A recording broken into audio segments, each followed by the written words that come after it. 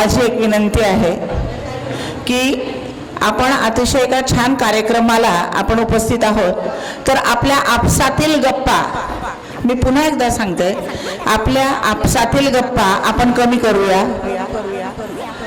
कोरोनाचा एक काळ होता की जेव्हा आपण एकमेकांना भेटत नव्हतो, तेव्हा कार्यालयात आलो की आपण खूप गप्पा मारायचो.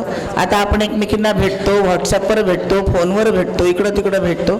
आज आपण एकदम छानसं नाटक बघणार आहोत, जे नाटक तुमच्या आमच्या मनाचं मनोरंजन करणार आहे, पण त्याहीपेक्षा जास्त त्या नाटकातून आपल्या विचारांचं, आपल्या बुद्धीचं सुद्धा प्रबोधन होणार आहे. आपण नेमक्या कोणत्या दिशेने विचार करतो आणि कसा केला पाहिजे ह्याचं एक छोटंसं प्रात्यक्षिक म्हणूया ह्या नाटकातनं आपल्याला पाहायला मिळणार आहे.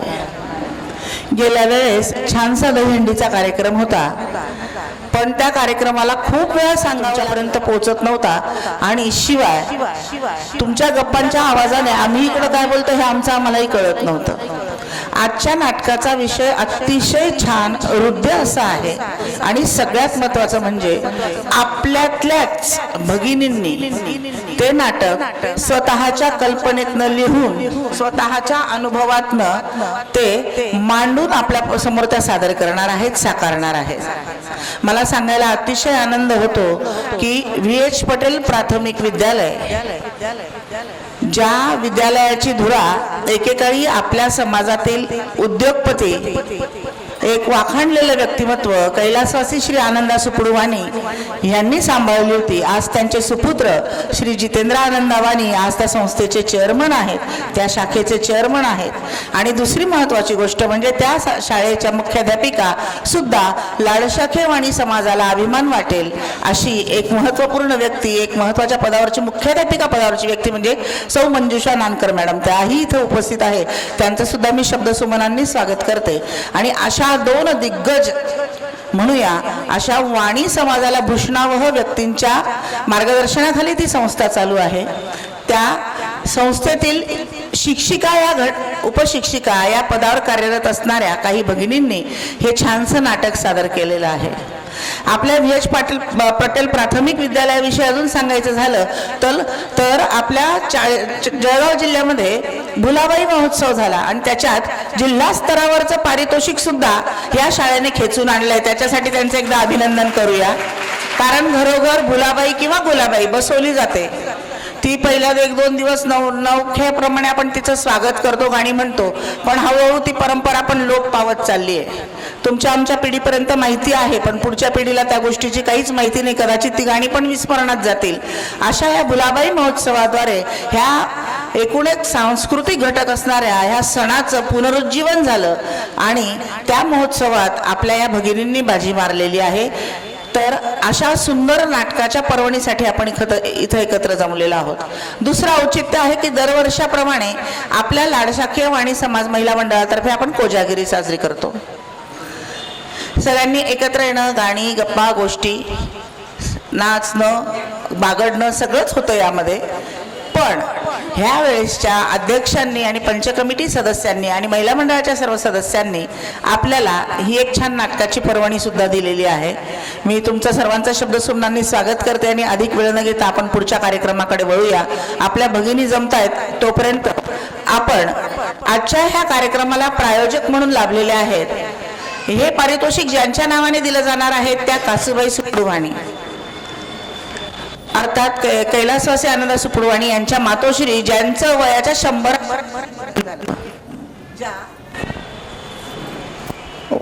100व्या वर्षी आणि ज्यांना अजिबात सगळ्याची गोष्ट म्हणजे पेपर वाचायच्या आणि पेपर मधली खडानखडा बातमी वाचून घरातल्या सुनांना नातसुनांना सुद्धा सांगायच्या अशा त्या आजी. त्या काळातल्या म्हणजे ज्या वयाच्या 100व्या वर्षी 3 वर्षापूर्वी जगातनं निवर्तल्या असं म्हणूया, या जगाचा त्यांनी निरोप घेतला, त्या काळातल्या 7वी पास होत्या आणि त्या काळातल्या त्या 7वी पास परीक्षेला व्हर्नॅक्युलर एक्झाम असं म्हणायचे. ती व्हर्नॅक्युलर एक्झाम पास असणाऱ्या तोंडी गणिती आकडेमोड तंतोतंत करणाऱ्या या आजी अशा. आणि सगळ्यात महत्त्वाचं म्हणजे आपण जे काही नवीन ऐकलं, पाहिलं, वाचलं ते ते सगळ्यांशी चर्चा करत असत. अशा सजग कुटुंबाला विचारांची दिशा देणाऱ्या आजींच्या स्मरणार्थ आजचं हे छानसं नाटुकलं आपण प्रायोजित केलेलं आहे.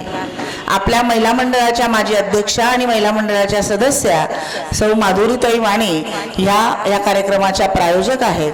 त्यांनीच हे नाटक सुचवलेलं आहे आणि त्यांच्याच कल्पनेतून आज आपल्यासमोर हे नाटक सादर होणार आहे. सासू, सून, मुलगी, आई, बहीण, मावशी, आत्या अशा अनेक भूमिका आपण निभावत असतो. पण कुठंतरी आपला संवाद कमी पडतो आणि कुठं जास्तीचा संवाद होऊन जातो. जास्तीचा संवाद असा असतो की मुलगी सासरी गेली की बेटा आज तू नाश्त्याला काय केलं, आज तू दुपारी जेवली का झोपली, इथपर्यंत असतं. जेणेकरून मुलीचं संसारात कमी आणि माहेरी जास्त लक्ष असतं. ह्यावर सुद्धा मार्मिकपणे भाष्य करणारं हे नाटक आहे. सगळ्यात महत्त्वाचं म्हणजे आपल्यातला दुवा कसा असला पाहिजे हे सांगणारं असं हे नाटक आहे. आणि सर्वांना सांगायला आनंद वाटतो की ह्या नाटकाचे मरणधरण असतं काही, म्हणजे मरणघरण तोरणदार सगळ्यांकडे आहे. तर अशा ठिकाणी जर विचारांचं प्रबोधन करून घ्यायचं असेल तर नक्की तुम्ही हे नाटक फेवर करा, याला प्रोत्साहन द्या एवढंच सांगेन. आणि नंतर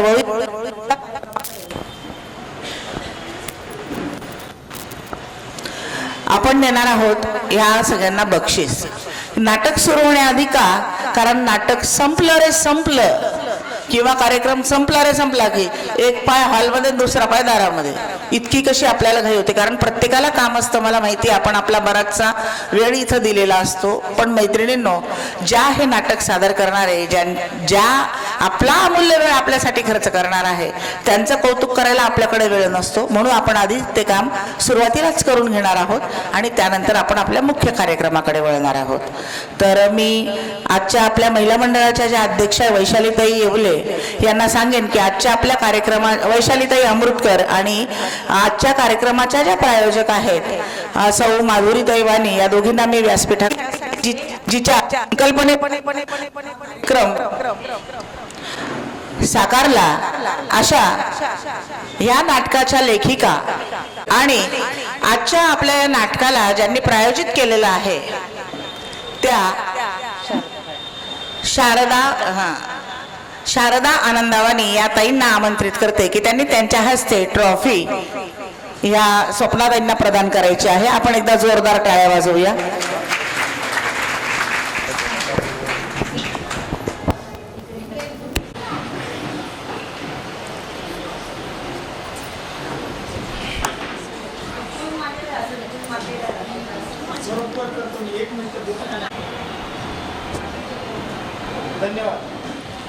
यानंतर या नाटकात यांच्यासोबत ज्या काम करत आहेत, भूमिका साकारत आहेत, त्या दीपाली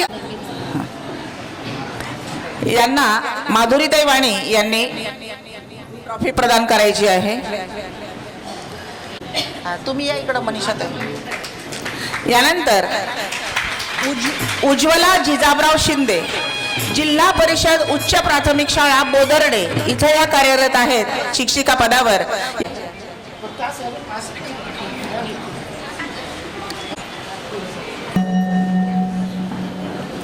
यानंतर माधुरी पंकज या सुद्धा या नाटकात एक भूमिका वठवत आहेत. तर दायमा मॅडम तुम्ही पण यायचंय. मनीषाताई आपण. यानंतर या नाटकात 2 चिमुरड्या बालकलाकार पण सहभागी झालेले आहेत. एक मनस्वी जितेश पटेल प्राथमिक विद्यालयाची विद्यार्थिनी आहे आणि हर्षदा ही आनंदीबाई बंकट मुलींच्या हायस्कूलची विद्यार्थिनी. या दोघींना पण वैशालीताई आणि माधुरीताई यांनी ही ट्रॉफी प्रदान करायची आहे.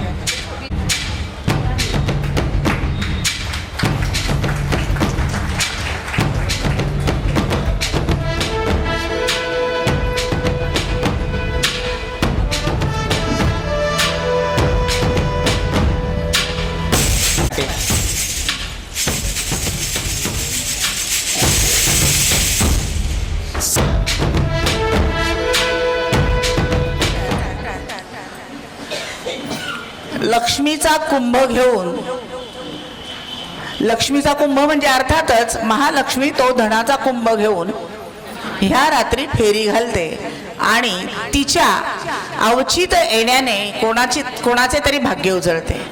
चंद्राच्या शीतल प्रकाशातील किरण त्या दुधात पडल्यानंतर ते दूध प्राशन केल्यानंतर आपल्या शरीरात असणारा सगळा दाह शमतो, निघून जातो, असं सुद्धा कोजागिरीचं महत्व आहे.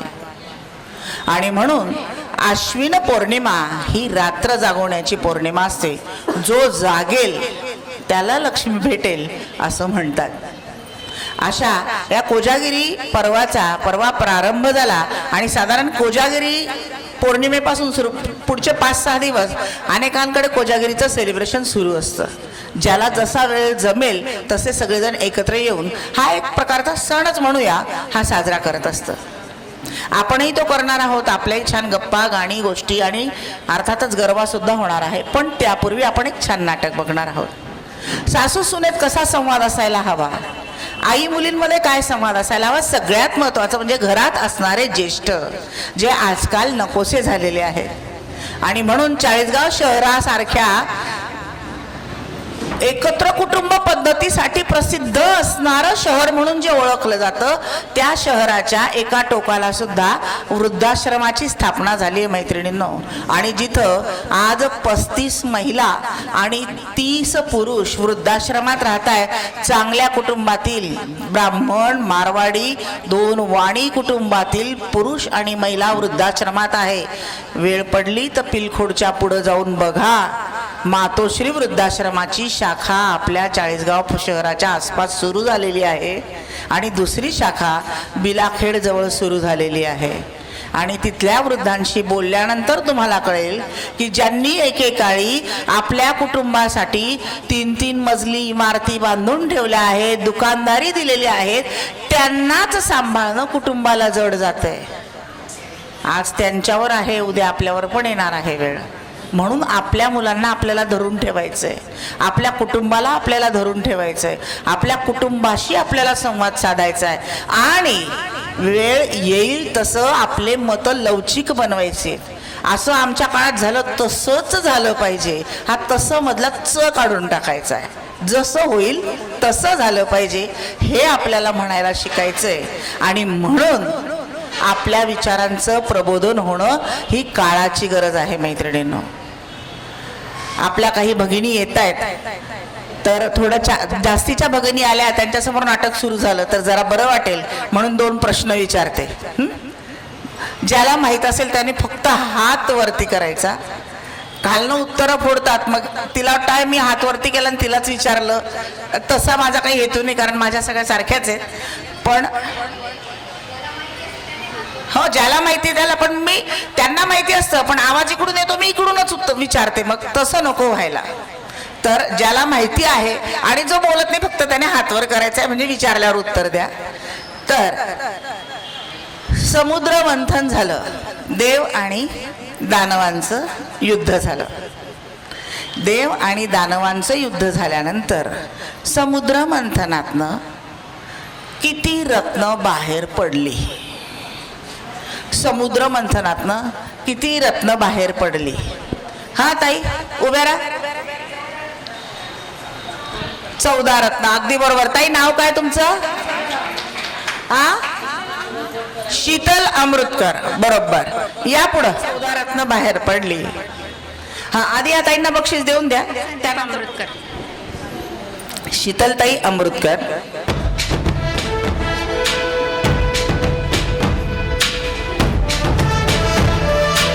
बाहेर पडली. ह्या 14 रत्नांपैकी एक वृक्ष या समुद्र मंथनातनं बाहेर पडला आणि त्या वृक्षाचं नाव सांगायचं आहे आणि तो वृक्ष कोणत्या देवासाठी प्रसिद्ध आहे ते सुद्धा सांगायचे. दोन्ही प्रश्नांची उत्तरं जो व्यक्ती देईल, जी माझी भगिनी देईल, तिलाच हे बक्षीस मिळेल. दोन्ही प्रश्नांची उत्तरं आली पाहिजे. कोणता वृक्ष बाहेर पडला आणि तो कोणत्या देवाशी संबंधित आहे? कोणी नाही, तुम्ही नाटकातले. सतीश केले. मंगला सतीश केले. अशा उभ्या राहा ना, म्हणजे फोटो पण येईल आपला. हा, सांगा वृक्षाचं नाव सांगा. रुद्राक्ष नाही. आपण जाऊ शकता. रुद्राक्ष नाही. सौ स्वाती योगेश अमृतकर, बेलाचं झाड आणि महादेव. नाही, चुकलं. सौ विजया संजय पाटे, वृक्ष आहे पारिजातक आणि ते आवडतं बाळकृष्णाला. करेक्ट. वृक्ष आहे पारिजातक आणि ते आवडतं बाळकृष्णाला. तेच आहे. तेच उत्तर आहे नक्की. ओके, या दोघींसाठी टाळ्या वाजवा. या दोघींना बक्षीस द्यायचंय. पारिजातक ह्या वृक्षाला संस्कृत मध्ये काय म्हणता माहितीये? नाही, कल्पवृक्ष नाही. कोणी सांगेल? कोणाला माहितीये पारिजातक या वृक्षाला संस्कृत मध्ये काय म्हणतात?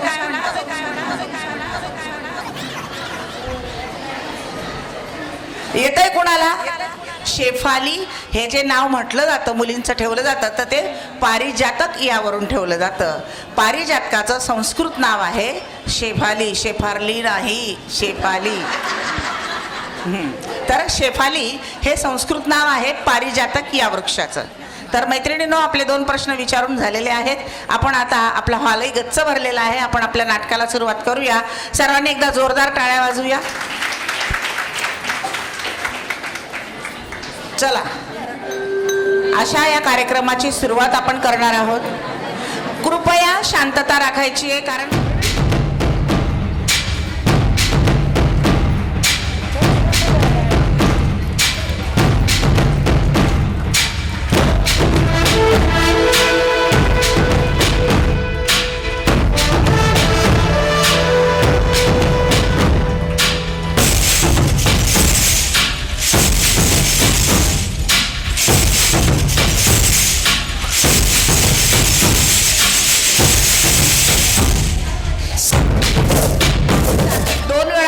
सांगूनही जेव्हा आपल्या मैत्रिणी ऐकत नाहीत, त्यावेळेस ती गोष्ट तिथंच सोडून दिलेली बरी असते. आजच्या या नाटकाच्या ज्या सर्वेसर्वा आहेत, स्वप्ना दिलीप चौधरी यांची काल तेलीमंगल कार्यालयात उपाध्यक्षपदी निवड झालेली आहे.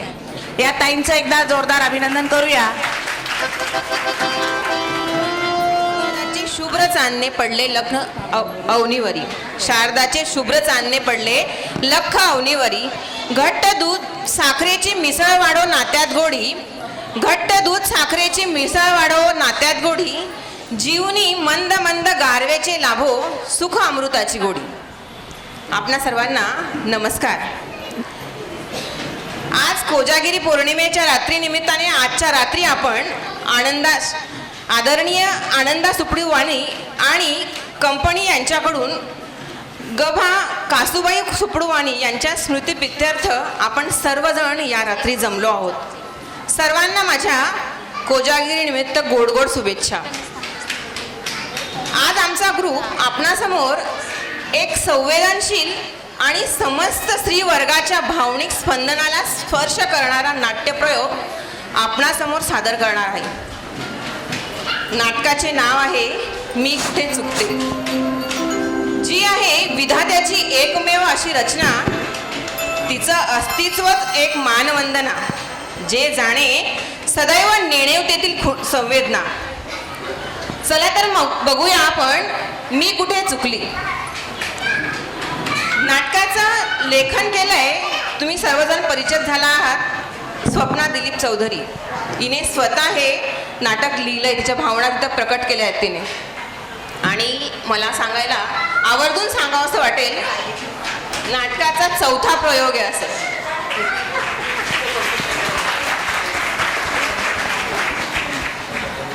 आमच्या नाटकात मुख्य भूमिका आहे स्वप्ना चौधरी, त्या सुनबाई आहेत. नमस्कार. तिची मोठी मुलगी आहे दीपाली चौधरी, तिचा रोल आहे श्वेताचा. आमच्या दीपालीला पण मागच्याच महिन्यात आदर्श शिक्षिकेचा पुरस्कार मिळाला आहे. नंतर माधुरी पंकज दायमा ह्या सासूबाईचा रोल करणार आहे. या तिघी पण VH पटेलला शिक्षिका आहेत. बाल कलाकार आहेत मनस्वी जितेंद्र शिरोडे, ही पण VH पटेलची विद्यार्थिनी आहे. आणि हर्षदा समाधान पाटील ही आनंदीबाई मुलींच्या हायस्कूलची विद्यार्थिनी आहे. चला तर मग नाटक बघूया मी कुठे चुकले. नाटकाच्या नियमाप्रमाणे किंवा प्रोटोकॉलप्रमाणे आधी आपण नांदी घेऊया आणि नंतर मग नाटकाला सुरुवात करूया. आणि तीच नांदी आम्ही सादर करणार आहोत. म्हणजेच जे कलेचे आद्य दैवत भगवान शंकर यांनी नृत्य सादर केलं होतं, त्या नटवराला प्रथम नमन करतो आणि आमच्या नांदीला आम्ही सुरुवात करतो.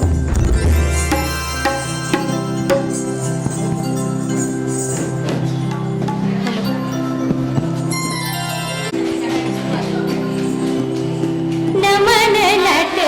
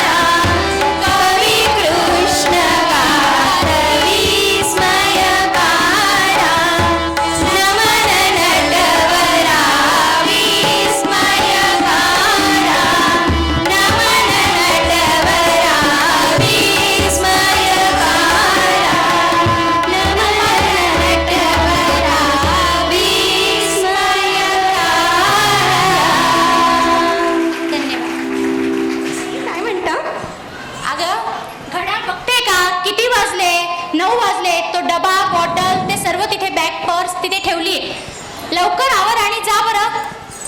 हो आई, एवढं थोडंच राहिलं होतं, तेवढं आवरते आणि निघते. रोज रोज तुला सांगावं लागतं बघ, किती धावपळ करत असतेस तू. काय करायचं आई, संसार आहे हा, संसारात धावपळ तर येणारच ना. बघ, तू इथे आम्हा सर्वांना सांभाळते, तिथे माझा लेकरू सीमेवर दिवस रात्र परेशानीत जीवन काढतो, पण डोळ्यात का चेहऱ्यावर एक अश्रू काय तर सदैव हास्य त्याच्या चेहऱ्यावर निरखत असतं. बाई, कधी कधी असं वाटतं ग की बघ, आपण सगळेजण घरामध्ये फक्त स्त्रिया, मोठ्या व्यक्ती कोणीच नाही. मी आता किती दिवसाची साथी ग, तू किती दिवस सांभाळणार. आई, अहो तुमची साथ आहे ना, म्हणून तर आम्ही हा संसाराचा राढा चाललाय. अहो, ते जरी दूरवर देशाचे संरक्षण करता आहात, पण त्यांच्या सम तुम्ही देखील आमचं सर्वांचं संरक्षण करता बरं. बघ, आता परमेश्वराच्या हातात जे आहे तो ते देत राहतो, आपण ते स्वीकारत असतो. आज मला म्हणजे तुझ्या सासऱ्यांना जाऊन बरेच वर्ष झाले. आज मी कसं काढलंय माझ्या जीवाला माहिती आहे. तेही सीमेवर लढत लढत गेले आणि माझा लेकरू म्हणजे विवेक तोही आज देशासाठी लढत आहे, या मातेसाठी लढत आहे. मला इतकंच म्हणावंसं वाटतंय की मी त्याच्या विरोध करत होते, पण आज मला खूप अभिमान आहे की माझा मुलगा देश रक्षणासाठी सदैव तत्पर राहतो.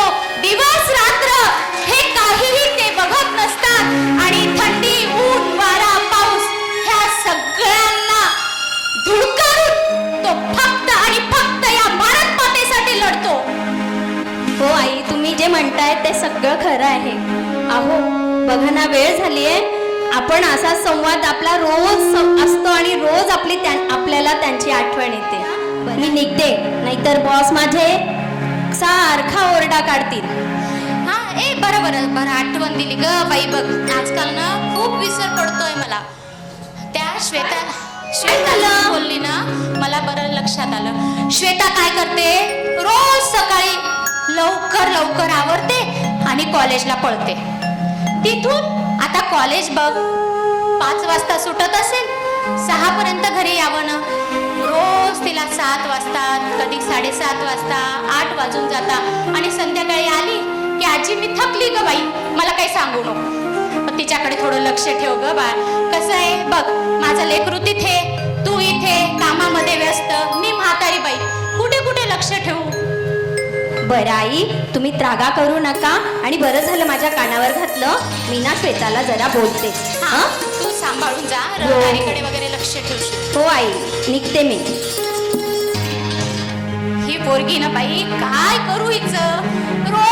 रोज तिला उठवावं लागतं. उठवण्यापासून तिची सगळी तयारी करावी लागते. इतकी मोठी झाली पण हिला अजून कशी समज नाहीये. अगं ए श्वेता, काय काळजी, अगं काय करतेस, किती वेळापासून तुला आवाज देते. अगं माझं आवरलंय, तू काय काळजी नको करू माझी. बरं बघ, तो नाश्ता करून ठेवलाय मी, तो घेऊन घे थोडा. आणि त्या मनूसाठी पण हे बघ आजी, मला ना ऑलरेडी खूप उशीर झालेला आहे आणि तू हे असं जाताना मला काही टोकत जाऊ नको बरं. मी चालली आता, मला काहीच सांगू नको. पाणी तर पिऊन जाता थोडं. काही नको मला, तूच पी दे. बाई, आजकालच्या पोरी अजिबात ऐकत नाही. ह्या म्हाताऱ्यांना ना काहीच लेखत नाही हो. एक तर गुडघे त्रास खूप देतात आजकाल.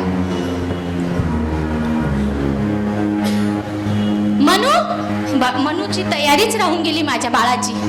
ए बाळ, काय गाचे, झाली का तुझी तयारी बाळा? हो. बरं, दप्तर घे आणि शाळेत डबा वगैरे सगळा भरलेला आहे, तो घेऊन जा.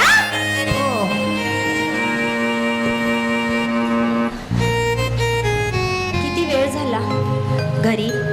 आई, मनू, श्वेता वाट बघत असतील आणि काय हा ट्रॅफिक, रोज ट्रॅफिकची दगदग.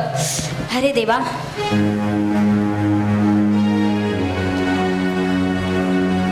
टिंग टॉंग. देवाचं नाव घ्यायला बसले, कोणी ना कोणी चालूच राहत. टिंग टॉंग. येते रे बाबा, थांब.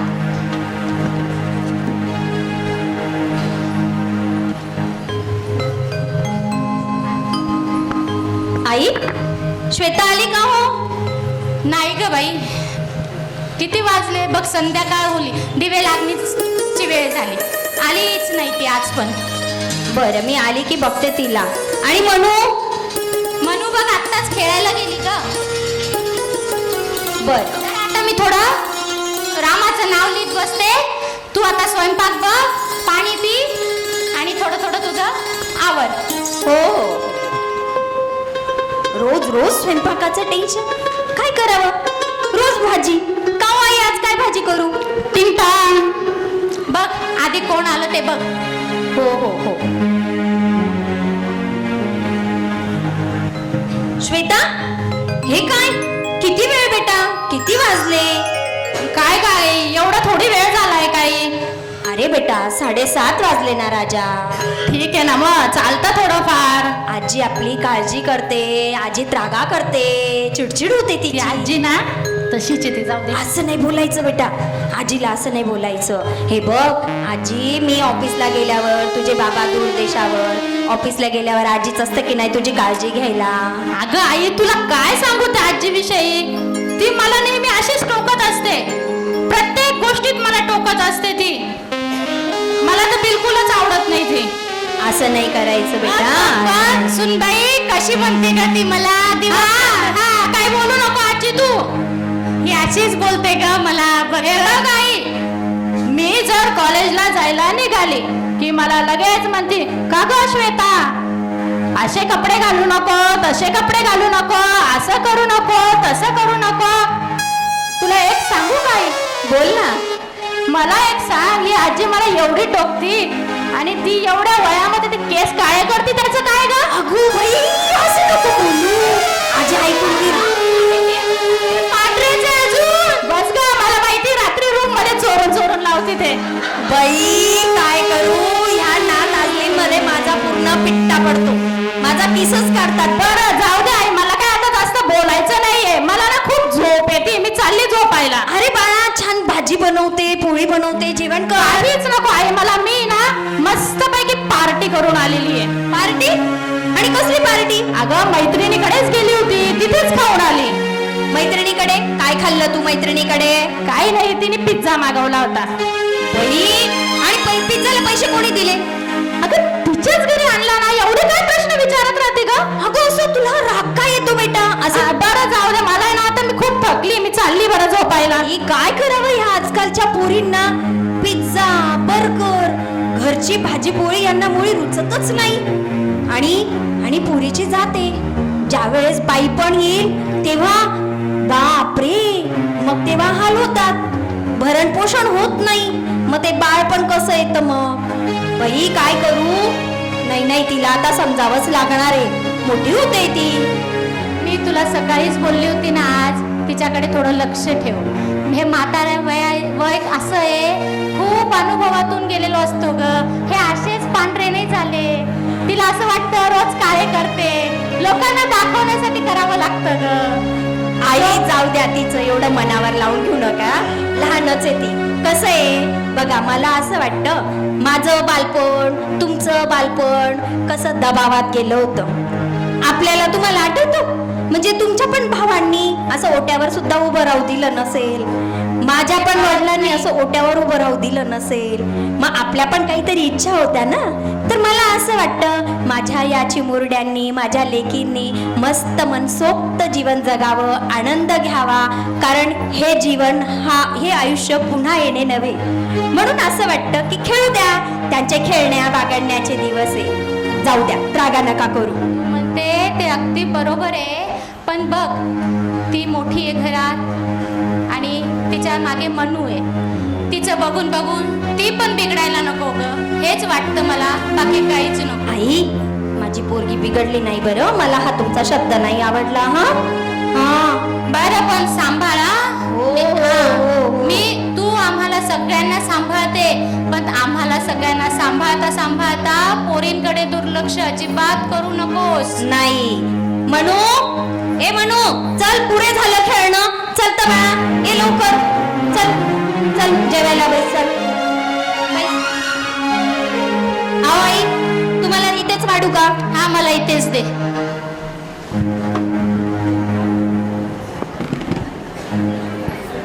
म्हणू, तुझं खेळणं झालं का बेटा? हो. रोज रोज खेळायला जाते, अभ्यास पण करत जा. हो. हा, आणि तुला एक गोष्ट सांगते मी, तू शाळेत जाते ना? हो. मग तुमच्या शाळेमध्ये गुड टच बॅड टचचा कार्यक्रम होतो का? हो. त्याच्यामध्ये मी युट्यूबला पण बघितलं होतं. गुड टच बॅड टच काय असतं माहिती का तुला? नाही. अगं त्याच्यामध्ये असं असतं की बघ, मी पप्पी घेतली, तुला आवडतं का? हो. तुझ्या आजीने पप्पी घेतली, तुला आवडतं? हो.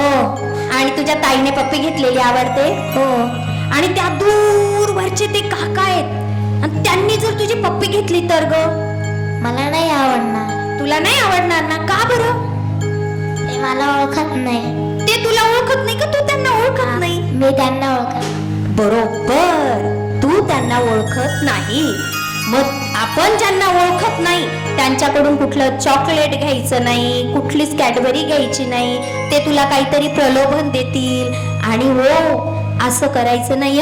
कोणाकडनं काहीच वस्तू घ्यायची नाही. बघ आता कोणी कोणी काय करतं, गोडी गुलाबीने चॉकलेट देतं, तुला इथे लावतात, इथे हात लावतात, इथे हात लावतात. मग यांना प्रायव्हेट पार्ट्स म्हणतात. काय म्हणतात? Private class. हा, यांच्यामध्ये फक्त आई आजी यांनाच हात लावू द्यायचा, बाकी कोणालाच नाही.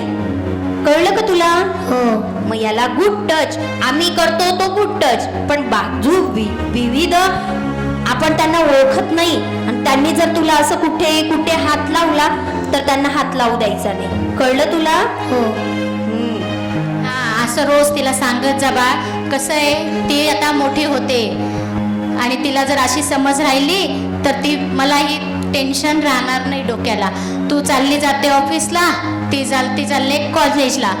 काय मग ही म्हातारी आणि ही बिचारी पोर, आम्ही दोघींची जोड. आम्ही कधी खेळत बसतो, कधी टिपऱ्या घेते, कधी म्हणते आजी माझ्यासोबत भावलीच खेळ. हेच खेळ आमचे चालू असतात आजी लेकचे. चांगलं आहे हा, नाताजीचं चांगलं जमतं. चला आवरू द्या, मला परत उद्या सकाळी ऑफिसला जायचं आणि काय काय दगदग असते तुम्हाला काय सांगू. पण हो आई, मला एक असं वाटतं, आपण आता मी जसं मनूला सांगितलं तसं आपण इतर महिलांना किंवा इतर छोट्या छोट्या मुलींना असं जर काही सांगितलं तर कसं वाटेल तुम्हाला? अगं कल्पना तर खूप छान आहे सुनबाई. असे कार्यक्रम होतात ना ग, जनजागृतीचे वगैरे, रॅलीचे होतात रस्त्यावर. ते काय म्हणतात त्याला आजकाल तुमच्यामध्ये, मला तर ते कळत नाही, पण शाळेमध्ये वगैरे होतात बघ. आता मागच्या वर्षी VH पटेल शाळेमध्ये पण एक प्रयोग झाला होता, महिला दिनाच्या निमित्त झाला होता बघ. हा, त्या आम्हाला नानकर मॅडम आम्हाला खूप मोलाची साथ दिली होती बरं का. खूप सुंदर झाला होता तो कार्यक्रम आणि विशेष म्हणजे त्या नाटिकेचा प्रयोग जिल्हा स्तरापर्यंत पोहोचला होता. हो आई, मला तरी वाटतं महिलांचं सामाजिक प्रबोधन व्हावं म्हणून आपण पण एक छोटस गीत किंवा काहीतरी सादरीकरण करावं असं वाटतं मला. श्वेता, श्वेता, झोपली का ग? अगं मी ना पत्रिका वाचली होती आता, कुठे व्हॉट्सअपला का कुठेतरी वाचली होती. वाणी वाणी वाणी मंगल कार्यालयात. हा. माझी ना आता क्षमता म्हणजे विसरण्याची खूप झालीये. काय काय नाव काय होतं? हा, वाणी मंगल कार्यालय. ताऊ आई, मी पण वाचली ना. मुलाबाईचा कार्यक्रम कोजागिरीचा आहे आई. कोजागिरीचा आहे का? हा. अच्छा अच्छा अच्छा. तुम्ही ना विसरता बाई. बाई बघ आता वय झालंय, काय करणार. आणि हा कार्यक्रम आपल्या माधुरीताई नाहीत का, त्यांच्या आज्जल सासू, त्यांच्या स्मृतिप्रित्यर्थ हा कार्यक्रम ठेवलेला आहे. माधुरीताई कोण ग? या माधुरीताई जितेंद्र वाणी, ते VH पटेलचे चेअरमन, त्यांच्या मिसेस. अच्छा अच्छा अच्छा. ते आनंद सुपडू आणि त्यांच्या सुनबाई वगैरे आहे का त्या? हा. आता बघ आम्हाला तर काही बघायचं काम पडलं नाही, प्रसंग असा काही पडला नाही. माझे लेकरं होते तेव्हा जात होतो शाळेत. आता तर कोणी काही ओळखत नाही आम्हाला. बर श्वेता, श्वेता, झोपली का रे बाळा? नाही गाई, काय म्हणते? तू मोबाईलच पाहत असशील म्हणून आले का परत त्याच गोष्टीवर? बाई, ही पोरगी आणि मोबाईल, आजकालच्या मुलांना मोबाईलचं इतकं कसं व्यसन जडलेलं आहे. काय करावं? आपले सगळे सांस्कृतिक सण विसरत चालले, सगळ्या सांस्कृतिक गोष्टी विसरत चालल्या. गाणी त्यांची तोंडपाठ नाही. अहो, गाणी तर सोडाच, पण शाळेच्या कविता त्या देखील तोंडपाठ नाहीये. आणि आमच्या बहिणाबाईच्या कविता माझ्या अजून पण पाठ आहे. तुला माहिती का माझी 4थीची कविता? बस ना गाई, कशाला बोलवलं ते तर सांग. हा बघ, असं सांगितलं का लगेच हे करतात तुम्ही पोरी. बर बरं, मला असं सांगायचंय. सुनबाई मला बरं आठवलं. आपण त्या माधुरीताईंना तू आत्ता बोलली ना, त्यांना विचारून बघ, तुझी ती नाटिका जर तिथे झाली किंवा गाणं झालं तर अजून समाज प्रबोधन छान होईल बरं का तिथे. बरं विचारते. उद्याचे तो कार्यक्रम संधी मिळाली तर बघून घे तेवढं. बरं आपण सामाजिक प्रबोधन करू. अगं तुला कळलं का आम्ही काय बोलतोय ते? ऐकलं ग आई मी सगळं. मग त्याच्यात तू थोडस पार्टिसिपेट करशील का बेटा? मी हा, काय आणि ते अगं त्याच्यामध्ये सामाजिक प्रबोधन करायचं असतं. महिलांसाठी सामाजिक प्रबोधनामध्ये सासू आणि सुनेचं नातं कसं असायला हवं आणि त्या सुनेला सासू कशी काळजी घेते हे सगळं दाखवायचंय आपल्याला. असं काही टिपिकल सांगू नको मला. अरे बाळा, सासू सुना. अगं असं नाही करायचं बेटा. तुम्ही आजकालच्या पोरींना ना डीजे मध्ये सांगितलं नाचायला, तू इतक्या अंग सोडून नाचतात नुसतात धांगडधिंगा. म्हणजे तिथे डीजे नाही राहणार का? नाही ग बाई, डीजे बीजे नाही. मग मी मुळीच येणार नाही. अरे बाळा, असं नको करू ना. बघ, मी एक सांगू का तुला, जर तुझ्यासारख्या मुली जर आल्या तर तुला बघून 4 मुली पण म्हणतील नाही हे की नाही सांस्कृतिक कार्यक्रम खूप छान असतात, म्हणून त्या थोडी वळतील ना. आपल्याला बघून दुसरे पण शिकतात ना. बाई आता तू म्हणतीच आहे तर करेल मी प्रयत्न नाही आणि छानच करायचंय बरं का आपल्याला सगळ्यांना. श्वेता आपण दोघी करू ना. मी पण आहे ना. हा ग बाई. ना मला की केस काळे करते, मग मी आता म्हातारी कुठून झाली. हा, आता मला ते आईमुळे करावं लागतंय मला. बर, रम्य अशी पहाट झाली आणि या पहाटेच्या सुरुवातीला आजी, नात, सुनबाई यांची मात्र भुलाबाईच्या कार्यक्रमाची मस्त तयारी चालू आहे आणि त्या खूप सुंदर असं गीत पण सादर करणार आहेत. आणि बरं का, त्या थोड्या आमच्या सासूबाई थोड्या नृत्य पण करणार आहेत. त्यांना हसू नका बरं का कोणी. हा, पण त्यांना बघून बाकीच्या आमच्या ह्या छान छान सजलेल्या आजीबाई त्यांनाही कशी तुरतुरी येते बघा. आपण कोजागिरीच्या निमित्त भुलाबाईचा जो महिनाभर कार्यक्रम साजरा करतो आपण, त्याची कोजागिरीची सांगता कशी करायची ते भुलाबाईच्या गाण्याने करूया. या गाण्याचा किंवा या कार्यक्रमाचा उद्देश एक आहे की पूर्वीच्या काळी महिला मिक्सर वगैरे घरातले वॉशिंग मशीन हे साधनं नव्हते, इलेक्ट्रिक साधनं. बिचाऱ्या महिला वरवंट्या पाटावर वाटायच्या, जात्यावर दळण दळायच्या, घरातले धुणं भांडी करायला थोडेफार असायचे गडकरी, पण तरी पण बरंचसं काम या महिला करायच्या. पण त्यांना विरंगुळा म्हणून त्या काय स्वतःच त्यांचं एंटरटेनमेंट स्वतःच शोधायच्या आणि त्या भुलाबाईचा जागर करायच्या. महिनाभर हा भुलाबाईचा कार्यक्रम असायचा पूर्वीच्या काळी महिलांचा, मुलींचा. आणि मग ती सांगता कोजागिरीने असायची. पण आजच्या पिढीला, नवीन पिढीला या सगळ्या संस्कारांची विसर पडत चालली आणि ती गरज येऊन पडलेली अशा कार्यक्रमांची. म्हणूनच या कार्यक्रमातनं, या गाण्यातनं आपण थोडकं पण सर्व इतंभूत सासूसुनांचं नातं किंवा महिलेने जेवणात कसं स्वयंपाक करायला पाहिजे किंवा पौष्टिक आहार कसाच बनवायला पाहिजे, वाहनांचे नियम कसे पाळायला पाहिजेत. आणि नाटिकेतनं पण बघितलं तुम्ही सासूसुनांचा संवाद कसा पाहिजे. संवाद असला तर होणारे अपघात, फ्युचर में जे भविष्यात ज्या घटना घडणाऱ्या असतात, अपघात घडणार असतात ते टळतात. ते कशामुळे? फक्त संवादामुळे. आपण बाहेर महिला, माफ करा मला बोलताना तुम्हाला काही चुकलं तर माफ करा, आपण बाहेर मैत्रिणींशी खूप छान बोलतो, पण घरात आपल्या सासू सुनांचं नातं मला नाही वाटत, मी माझ्यावरूनच सांगते, सासू म्हटलं की सारख्या सूचनाच करते आपल्याला असं वाटत असतं, म्हणून आपण दुर्लक्ष करतो.